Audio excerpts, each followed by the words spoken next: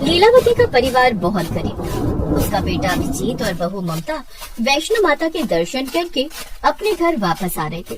तभी झमाझम बहुत जोरदार बारिश होने लगी। आसमान में बिजली कड़कने लगी। माँ जल्दी से चलो वरना हमारी ट्रेन छूट जाएगी।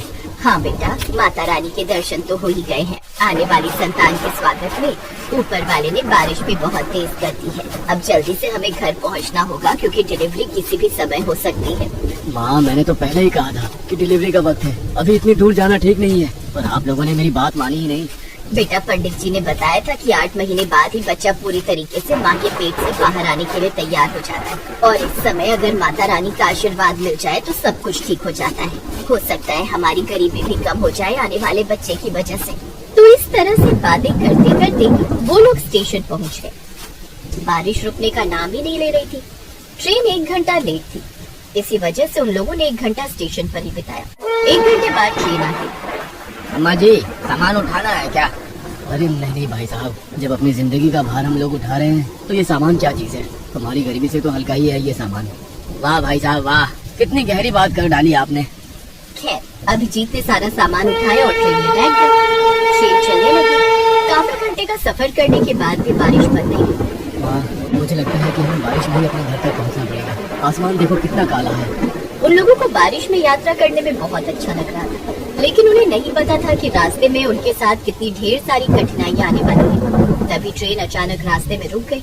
आरपीएफ वाले उनकी बोगी में आ गए। आप लोग इस बोगी से बाहर निकल जाइए। आगे थोड़ी दूर पर एक बहुत बड़ा ट्रेन हादसा हो गया है, जिस वजह से ये ट्रेन यहीं पर रोकी जा रही है। आप लोग यहीं आसपास होटल में रुक जाइए।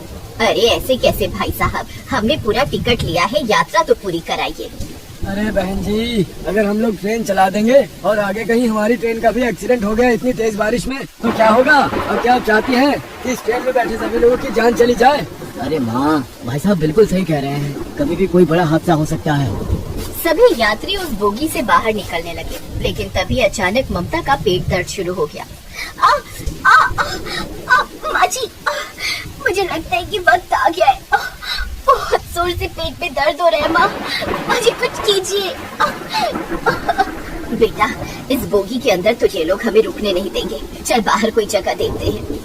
वो लोग ममता को लेकर ट्रेन के बाहर निकल आए। माँ, अब क्या किया जाए? हमारे पास इतने पैसे भी नहीं बचे हैं कि किसी अस्पताल ले चले या फिर कोई होटल ले सके। सारे पैसे तो खत्म हो गए। तभी अचानक अभिजीत की नजर रेल की पटरी पर कहीं दूर पर पड़ी, जहाँ पर किसी बहुत पुरानी ट्रेन की बोगी खड़ी हुई दिख रही थी। कुछ लोग उसी डिब्बे के अंदर घुस रहे थे। माँ वो देखो, सब लोग उस पुरानी बंद पड़ी बोगी में घुस रहे हैं। इस बारिश में हम गरीब लोगों के लिए इससे अच्छी रुकने की जगह कोई नहीं हो सकती है। चलिए जल्दी चलते हैं, फिर आगे सोचते हैं क्या करना है। कम से कम सबसे पहले बारिश से तो बच जाए। बाजी, अब मुझसे दर्द बर्दाश्त नहीं होता बाजी। अभिजीत ने थोड़ा सामान अपनी माँ को पकड़ाया और ममता को अपनी गोद में उठाकर तेज बारिश में भागता हुआ उस ट्रेन के डिब्बे के अंदर घुस गया, जहाँ पर बहुत सारे लोग पहले से ही मौजूद थे। अरे बहन जी, ऐसी कंडीशन में बहू को बाहर ले जाने की क्या जरूरत थी? बहन जी, अब क्या बताऊँ मैं आपको, सब मेरी ही गलती है। आखिरी महीना चल रहा था और मुझे ही वैष्णो माता के दर्शन कराने थे अपनी बहू को। वो लोग सब बात कर ही रहे थे कि तभी ममता फिर जोर जोर से चीखने लगी। माँ जी, अब तो लगता है आपकी बहू की डिलीवरी इसी ट्रेन की बोगी में होगी। ऐसा कीजिए, जितने भी मर्द हैं वो लोग दूसरी बोगी में जाकर रुके। हम लोग जल्दी आप लोग को खुशखबरी देते हैं। बहू चिंता मत कर, हम सब तेरे साथ हैं। हम सब भी गरीब हैं और गरीबी की वजह से इस बोगी में रुके हुए हैं। उन लोगों की मदद देखकर अभिजीत और उसकी माँ लीलावती बहुत खुश हुए। अभिजीत और बाकी के आदमी दूसरी बोगी में जाकर ठहर गए। इधर सारी औरतों ने मिलकर ममता की डिलीवरी कर दी। उसका एक बेटा पैदा हुआ इस ट्रेन में।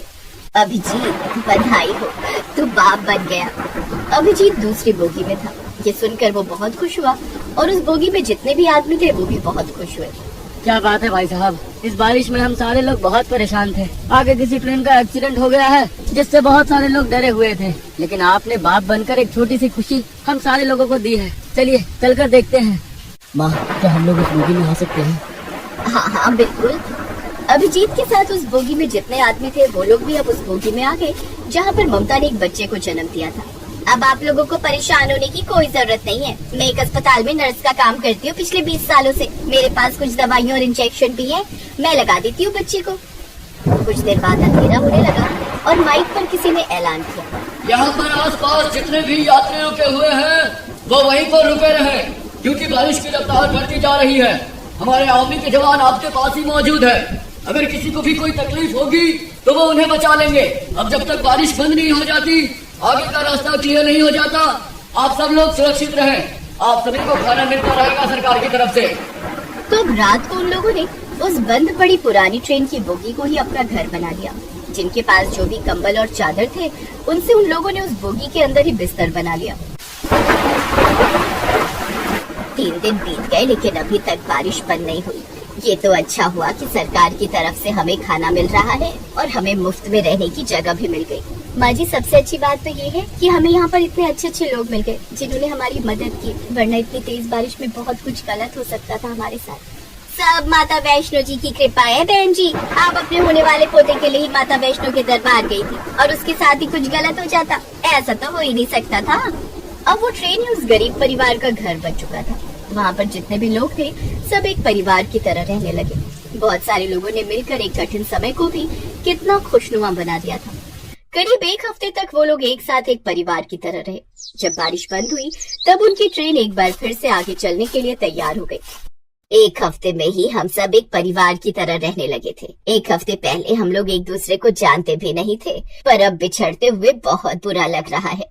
किसी ने क्या खूब कहा है कि आते जाते खूबसूरत आवारा सड़कों पे कितने अनजान लोग मिल जाते हैं, उनमें से कुछ लोग भूल जाते हैं, कुछ याद रह जाते हैं। जिंदगी के किसी न किसी मोड़ पर एक बार हम लोग फिर कभी मिलेंगे। तो इस तरह एक दूसरे से विदा लेकर सब लोग अपनी अपनी सीट पर बैठ गए। ट्रेन एक बार फिर से चल पड़ी। अभिजीत अपनी माँ, अपनी पत्नी और अपने नवजात बच्चे को लेकर जैसे ही अपने घर पहुंचा, वहाँ पर घर था ही नहीं। वहाँ चारों तरफ दलदल था। वो लोग हैरान हो गए। आसपास के लोगों से अभिजीत ने पूछा, अरे भाई साहब, ये सब क्या हो गया? ये सारे घर कैसे तबाह हो गए? मैं भी यहीं पर एक झोपड़पट्टी में रहता था। बहुत बहुत बधाई हो आपको। मेरा घर तबाह हो गया और आप मुझे बधाई दे रहे हैं? मैं बधाई इसलिए दे रहा हूँ क्योंकि आप लोग कम से कम जिंदा तो हैं। आप यहाँ से सही टाइम पर निकल गए थे, क्योंकि आपके जाने के बाद यहाँ पर इतनी खौफनाक बारिश और लैंडस्केप हुआ जिससे सारे घर तबाह हो गए। घरों में लोग चैन की नींद सो रहे थे, लेकिन सोते सोते ही वो लोग भगवान को प्यारे हो गए। ये लहरें उनकी जिंदगी अपने साथ बहा ले गई। ये सुनकर अभिजीत, ममता और लीलावती की रूह कांप गई। अभिजीत भी अपने परिवार के साथ स्टेशन के पास ही बनी झोपड़पट्टी में रहता था, पर अब वो भी नहीं रही। माँ, वो देखो सामने एक बोगी खड़ी है, उसमें ही रहते हैं चलकर। वैसे भी हमें बोगी के अंदर रहने की आदत हो गई है और इस खराब मौसम में झोपड़ी बनाकर रहना ठीक नहीं है। वो लोग एक ट्रेन की बोगी में ही रहने लगे।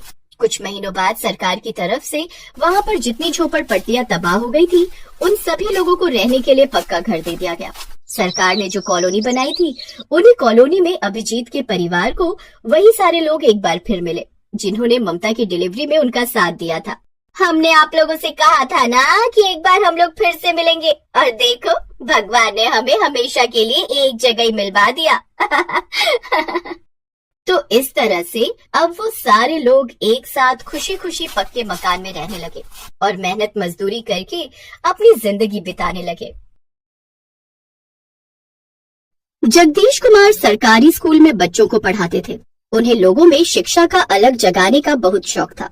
वे बच्चों को बहुत लगन से पढ़ाते। बच्चों को कुछ समझाने के लिए वे अलग अलग तरकीबें निकालते। काफी समय गुजर गया। एक दिन जगदीश कुमार ने सोचा, अब मैं बूढ़ा हो गया हूँ, कुछ ही दिनों में रिटायर हो जाऊंगा। रिटायरमेंट के बाद मैं बच्चों को कैसे पढ़ाऊंगा? मैं चाहता हूँ कि गोविंदपुर गांव के सभी बच्चे पढ़े लिखें और गांव का नाम रोशन करें। गांव के गरीब बच्चों तक शिक्षा नहीं पहुंच पाती है। इसके लिए मुझे रिटायरमेंट के बाद भी बच्चों को पढ़ाना होगा, वो भी मुफ्त में, ताकि गरीब बच्चों तक भी शिक्षा पहुंच सके। मन ही मन में उन्होंने ऐसा विचार किया। कुछ दिनों के बाद वे स्कूल से रिटायर हो गए। रिटायरमेंट के बाद उन्होंने ठीक वैसा ही किया जैसा उन्होंने सोचा था। अपने घर के पास ही उन्होंने एक स्कूल खोला, जिस पर एक बोर्ड लगा दिया। बोर्ड पर लिखा था, यहाँ गरीब बच्चों को मुफ्त शिक्षा मिलती है। बोर्ड को देखकर गांव के गरीब लोग अपने अपने बच्चों को लेकर वहाँ आने लगे और उनका नाम स्कूल में लिखवा दिया। नमस्ते मास्टर साहब। कहो भोला, कैसे आना हुआ? मास्टर साहब, हमने सुना है आपने गरीब बच्चों के लिए स्कूल खोला है। हाँ भोला, तुमने बिल्कुल ठीक सुना है। तो हमारे बेटवा का भी नाम अपने स्कूल में लिख लीजिए ना। हाँ, क्यों नहीं भूला। आज से तुम्हारा बेटा मेरे स्कूल में पढ़ेगा। इसे यहीं छोड़ जाओ और पूरे गांव में खबर कर दो कि उन सभी बच्चों के माता पिता जो अपने बच्चों की फीस नहीं भर सकते, वे उन्हें पढ़ाने के लिए मेरे स्कूल में ले आएं।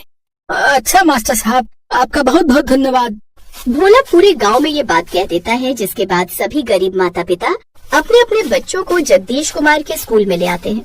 इस तरह जगदीश कुमार गांव के गरीब बच्चों को मुफ्त शिक्षा देने लगते हैं। बच्चों को मास्टर साहब के पढ़ाने का तरीका बहुत पसंद आता है। धीरे धीरे गांव के बच्चे मास्टर साहब से बहुत घुल मिल जाते हैं। बच्चे जगदीश कुमार को बहुत पसंद करने लगे। बच्चे रोज स्कूल आने लगे, यहाँ तक कि रविवार की छुट्टी भी उन्हें पसंद नहीं थी। एक बार की बात है, बच्चे स्कूल पहुँचे। अरे बच्चों, तुम सब आज सुबह सुबह स्कूल आ गए, क्या बात है? मास्टर जी, हम लोग पढ़ने आए हैं। लेकिन आज तो रविवार है, छुट्टी का दिन है। तुम लोग खेलो कूदो, मजे करो, कल पढ़ने आना। नहीं मास्टर जी, हमें आज भी पढ़ाई करनी है, लेकिन आज हम सबसे पहले स्कूल की सफाई करेंगे। नहीं बच्चों, तुम लोग सिर्फ पढ़ाई में मन लगाओ। मास्टर जी, स्कूल तो शिक्षा का मंदिर होता है और इस मंदिर को साफ सुथरा रखना हमारा धर्म है। हमें ये काम करने दीजिए। इतना कहकर सभी बच्चे स्कूल की सफाई में लग गए। बच्चों का उत्साह देखकर जगदीश कुमार बहुत खुश थे। साफ सफाई खत्म होने के बाद उन्होंने बच्चों को पढ़ाया। इसी तरह धीरे धीरे दिन बीत रहे थे। मौसम बदलते रहे। बारिश का मौसम आ गया था। गोविंदपुर गांव नदी के किनारे बसा था, जिस कारण रोज थोड़ी बहुत बारिश हो जाया करती थी।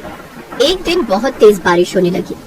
आज तो मूसलाधार बारिश हो रही है। बारिश नहीं रुकी तो बच्चे स्कूल नहीं आएंगे, बच्चों की पढ़ाई रुक जाएगी। इधर बच्चे भी बारिश रुकने का इंतजार करने लगे, लेकिन बारिश तो थमने का नाम ही नहीं ले रही थी। 2 दिन हो गए स्कूल नहीं गया। जब तक मास्टर जी से पढ़ ना लूं, मेरा दिन ही पूरा नहीं होता। पता नहीं ये बारिश कब रुकेगी। इधर मास्टर साहब का भी बच्चों के बिना दिल नहीं लग रहा था। उन्होंने सोचा कि शायद कल तक बारिश रुक जाएगी। बारिश तो कल तक रुक ही जाएगी, बच्चे कल स्कूल जरूर आएंगे। लेकिन उनका अनुमान गलत निकला। दूसरे दिन भी बारिश नहीं रुकी। यहाँ तक कि 3-4 दिन बीत गए, बारिश नहीं रुकी, जिस कारण गांव के किनारे की नदी का जलस्तर भयानक रूप से बढ़ गया और गांव में बाढ़ आ गई, जिसमें कई पेड़ पौधे, यहाँ तक कि लोगों के मवेशी भी बहने लगे। मास्टर साहब के क्लासरूम में लगे बेंच और कुर्सियां भी बाढ़ में बहने लगी। ये देखकर जगदीश कुमार चिंतित हो गए। अब मैं बच्चों को कैसे पढ़ाऊंगा? सारी बेंच और कुर्सियां तो बाढ़ में बह गई। लगता है गोविंदपुर गांव के गरीब बच्चों को शिक्षित करने का मेरा सपना अधूरा रह जाएगा। इधर बच्चे भी स्कूल न जाने के कारण परेशान हो रहे थे। तभी कुछ बच्चों ने देखा कि बाढ़ के पानी में बेंच और कुर्सियां बह रही हैं। ये बेंच और कुर्सी कहीं मास्टर जी के तो नहीं? अगर ऐसा हुआ तो मास्टर जी हमें कैसे पढ़ाएंगे? ये बेंच और कुर्सियां तो हमारे स्कूल की लग रही हैं। मास्टर जी कितने परेशान होंगे, हमें उनके पास जाना चाहिए। लेकिन हम मास्टर जी के पास पहुंचेंगे कैसे? पूरे गांव में बाढ़ का पानी भरा हुआ है। रोज नदी में तैरते हो, आज बाढ़ के पानी में तैर लोगे तो मास्टर जी के पास पहुंच पाओगे। चलो हम सब तैर कर मास्टर जी के पास चलते हैं। हाँ, चलो। सभी बच्चे बाढ़ के पानी में तैरने लगते हैं। तैरते तैरते वे मास्टर जी के घर के पास पहुंचने ही वाले होते हैं कि वह देखते हैं कि बाढ़ के पानी में ढेर सारे टमाटर तैर रहे थे। वो देखो, लगता है किसी किसान की टमाटर की फसल बाढ़ में बह गई है। हाँ, ये तो काफी सारे टमाटर हैं। कितने लाल लाल और सुंदर टमाटर हैं। काश हम इन्हें घर ले जा सकते। इन टमाटरों को देखकर मुझे एक उपाय सूझ रहा है। कैसा उपाय? हम इन्हें अपने घर न ले जाकर मास्टर जी के घर ले चलते हैं। लेकिन मास्टर जी इतने सारे टमाटरों को क्या करेंगे? मास्टर जी के स्कूल के लिए हम सब मिलकर इन टमाटरों से बेंच और कुर्सियां बना सकते हैं। टमाटर की बेंच और कुर्सियां? हाँ। लेकिन हम इतने सारे टमाटर लेकर मास्टर जी के घर तक कैसे पहुंचेंगे? अपनी अपनी शर्ट उतारो और उसमें टमाटर रखते चलो। ठीक है। सभी बच्चों ने ठीक वैसा ही किया। अपनी अपनी शर्ट उतारी और उसमें बाढ़ में बहते हुए टमाटर इकट्ठा करने लगे।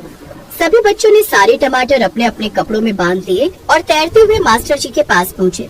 बच्चों को इस हालत में अपने पास आया देखकर जगदीश कुमार की आंखें नम हो गईं। बच्चों का उनके प्रति प्यार देखकर वे भावुक हो गए। उन्होंने बच्चों से कहा, बच्चों, तुम लोग बाढ़ में भी मेरे घर आ गए। हाँ मास्टर जी, हम सब तैर कर आए हैं। लेकिन मैं तुम लोगों को नहीं पढ़ा सकता। क्यों मास्टर जी? क्योंकि बाढ़ में सारी बेंच और कुर्सियां बह गई हैं। तो क्या हुआ मास्टर जी, हम नई बेंच और कुर्सियां बना देंगे। लेकिन तुम लोग नई बेंच और कुर्सियां कैसे बनाओगे? इस बारिश में तुम्हें लकड़ियां कहाँ मिलेंगी? मास्टर जी, हम नई बेंच और कुर्सियां टमाटर से बनाएंगे। टमाटर से बेंच और कुर्सियाँ कैसे बनेंगी? ये कैसे हो सकता है? इतने सारे टमाटर आएंगे कहाँ से? तभी सभी बच्चों ने अपने अपने कपड़ों के गट्ठर खोले और जगदीश कुमार के सामने टमाटर का ढेर लगा दिया। ये तो बहुत सारे टमाटर हैं। ये तुम लोगों को कहाँ मिले? मास्टर जी, ये टमाटर बाढ़ के पानी में बह रहे थे। हमने इन्हें अपने कपड़ों में इकट्ठा कर लिया। हम इन टमाटरों से बेंच और कुर्सी बनाएंगे, जिस पर आप और हम लोग बैठकर पढ़ सकेंगे और आप हमें पढ़ा सकेंगे। लेकिन इस काम में वक्त लग सकता है। तुम लोग अपने अपने माता पिता को बताकर तो आए हो ना, नहीं तो उन्हें तुम लोगों की चिंता होगी। मास्टर जी, आप चिंता मत कीजिए। हमारे माता पिता को पता है कि अगर हम उनके पास नहीं है तो आपके पास ही होंगे और सुरक्षित होंगे। आप आराम से बैठ जाइए। जगदीश कुमार बैठ जाते हैं और सभी बच्चे काम शुरू करते हैं। वे बच्चों को काम करते हुए देखने लगे। इस काम में 2 दिन लग जाते हैं। अब बारिश भी रुक गई थी और बाढ़ का पानी भी धीरे धीरे उतरने लगा था। जगदीश कुमार ने फिर से अपना स्कूल शुरू कर दिया, लेकिन इस बार मास्टर जी के बैठने के लिए टमाटर की कुर्सी और बच्चों के लिए टमाटर का बेंच था। बच्चों ने स्कूल को भी टमाटरों से सजा दिया था। जगदीश कुमार के टमाटर के स्कूल की चर्चा पूरे गांव में होने लगी। ग्रामीण टमाटर के स्कूल को देखने के लिए आने लगे। अरे वाह मास्टर साहब, आपका टमाटर का स्कूल तो बहुत ही न्यारा है। ये तो बच्चों का प्यार और पढ़ाई के प्रति उनकी लगन का नमूना है भोला, कि बच्चों ने बाढ़ में बहते टमाटरों से बेंच और कुर्सियाँ बना दी और बारिश में भी पढ़ने का जुगाड़ खोज निकाला। अब गांव में चाहे कितनी बारिश हो या बाढ़ आए, बच्चे टमाटर के बेंच पर बैठकर पढ़ाई करते और जगदीश कुमार टमाटर की कुर्सी पर बैठकर उन्हें पढ़ाते। इस तरह जगदीश कुमार ने गोविंदपुर गांव के बच्चों को टमाटर की कुर्सी पर बैठकर पढ़ाया और उन्हें शिक्षित किया। गोविंदपुर गांव का ये अनोखा टमाटर का क्लासरूम था, जिसमें पढ़ने वाले सभी बच्चों ने बड़े होकर गांव का नाम रोशन किया और जगदीश कुमार का सपना पूरा हो गया।